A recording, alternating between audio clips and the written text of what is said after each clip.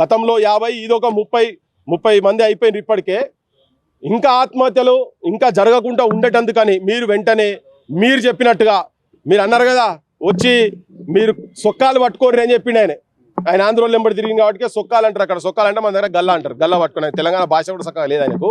So మేమేం చెప్తున్నాం అంటే, మేము ఈ గల్లాలు పట్టుకుంటేందుకు రెడీగా ఉన్నాం, ఏడికి రావాలో చెప్పు. మరి నీ పోలీసు వాళ్ళని జర పక్కకు పెట్టి మీ గల్లాలు పడతామో ఇంకేం చేస్తామో నువ్వు చెప్పిన భాషనే నువ్వు ఏదో చెప్పినావో దాన్నే మేము ఆచరిస్తాం. నువ్వే మాకు మార్గదర్శకునివి కాబట్టి మేము నీ గల్లా పట్టి అడుగుతాము. బిడ్డ నువ్వు ఎవరికి పైసలు ఇచ్చినావు చెప్పు, ఏ సర్పంచ్ అకౌంట్లో పడ్డాయో చెప్పు. మొన్న కూడా 130 ఎన్నో కోట్లు అనౌన్స్ చేసిండు. ఒక్క సర్పంచ్ కూడా, చాలా మంది సర్పంచ్లతో మాట్లాడినాం, ఏ సర్పంచ్ అకౌంట్లలో పడలేదు. కనుక ఈ బుకాయింపు మాటలు నువ్వు వెంటనే ఏంటంటే ఉన్న పైసలు వీళ్ళకి ప్రతి ఒక్క సర్పంచ్కు పైసలు వచ్చేది ఉంది.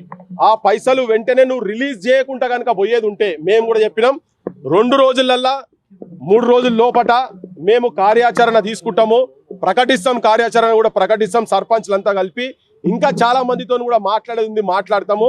మేము దీన్ని కార్యాచరణ భీకరంగా తీసుకోబోతాము.